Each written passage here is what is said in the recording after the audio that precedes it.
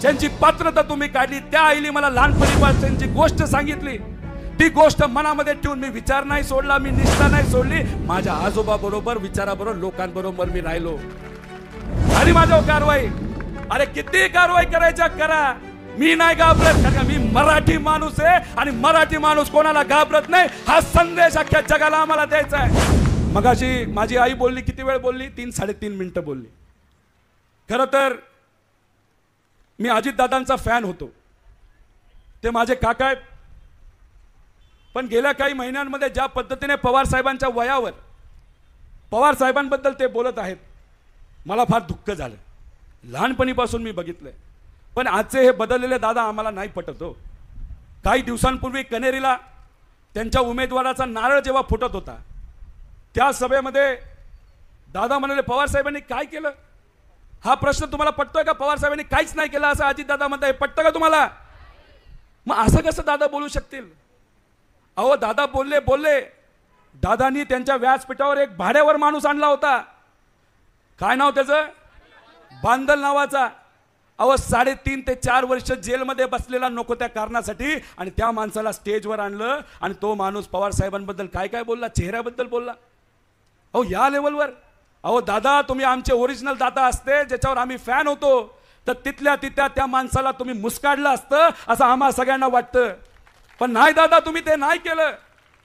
दादा तुम्ही तिथे बसलात, खाली बघत होता, शांत होता आणि हसत होता.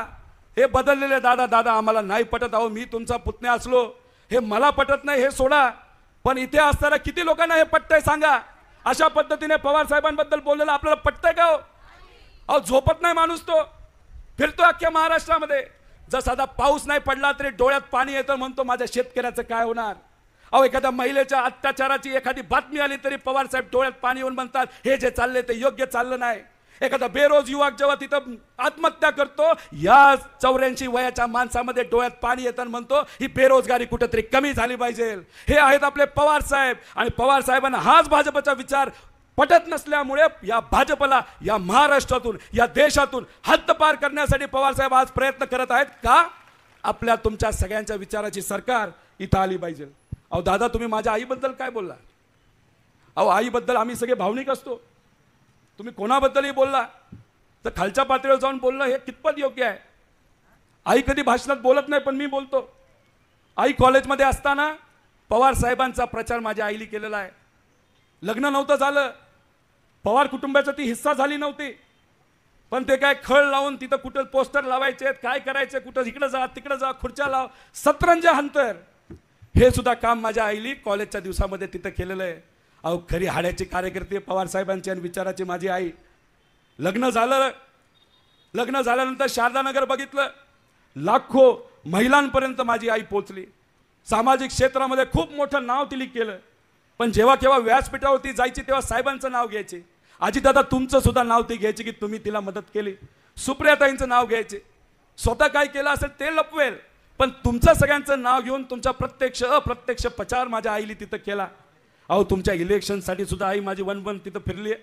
तुमच्यातल्या अनेक माझ्या माता भगिनी माझ्या आईबरोबर प्रचारासाठी फिरला असतात.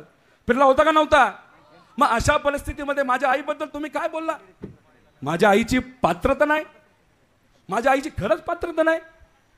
अहो दादा मी तुम्हाला एवढंच सांगतो, हीच ती आई जिली मला लहानपणी छत्रपती शिवाजी महाराजांची, महात्मा फुलेंची, डॉक्टर बाबासाहेब आंबेडकरांची, अण्णाभाऊ साठेंची, पुण्यश्लोक अहिल्यादेवी होळकरांची गोष्ट सांगितली.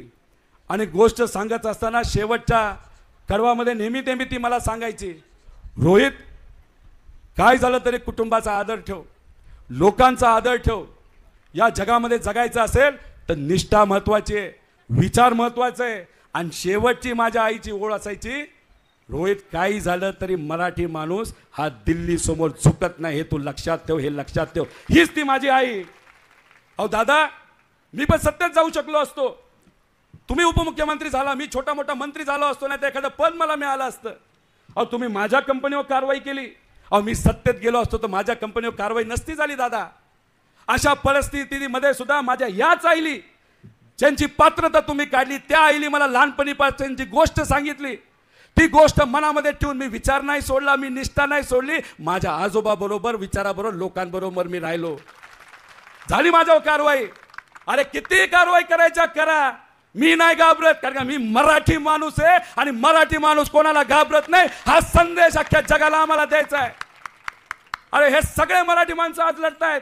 अहो हे मोदी साहेब का घाबरतायत? कारण पवार साहेब असं एक व्यक्तिमत्व आहे की या महाराष्ट्रामध्ये त्यांना पाय ठेवून देत नाही. आज या 84 वयामध्ये सुद्धा मग याच पवार साहेबांचा हात, ताकद आणि मन आणि विचार आपल्या सर्वांना शक्ती द्यायची का नाही द्यायची? नक्की का? काही जण म्हणतील कारण का चंद्रकांत दादा महिलांबद्दल फार चुकीच्या लेवलला जाऊन बोललेत. त्यांच्यातले अनेक भाजपचे नेते महिलांना असं म्हणलेत की फक्त बांगड्या घातल्या पाहिजे. अहो कसल्या बांगड्या? अहो माझी आई बांगड्या घालती, माझी आत्या बांगड्या घालती, माझी आजी घालती, इथं असलेले प्रत्येक व्यक्ती बांगड्या घालती. अरे पण ते स्वाभिमानाचं प्रतीक आहे, ते निष्ठेचं प्रतीक आहे आणि ते कष्टाचं प्रतीक आहे. त्यामुळे तुम्ही काही बोला पण आमच्या या वाघिणीत तुम्हाला तुमची जागा दाखवल्याशिवाय राहणार नाही असा विश्वास त्या ठिकाणी माझ्यासारख्याला तिथं वाटतो. जाता जाता फक्त एवढंच सांगतो, या इलेक्शनमध्ये काही नेत्यांना आणि दादांना असं वाटलं की साहेबांची पार्टी चोरली, चिन्ह चोरलं आणि राजकीय यंत्रणा जी असते ना पदाधिकारी ते चोरले, तर आपली सुप्रिया ताई ही एकटी पडेल. एकटी पडेल. पडली का हो एकटी? कोण आहे ताई बरोबर?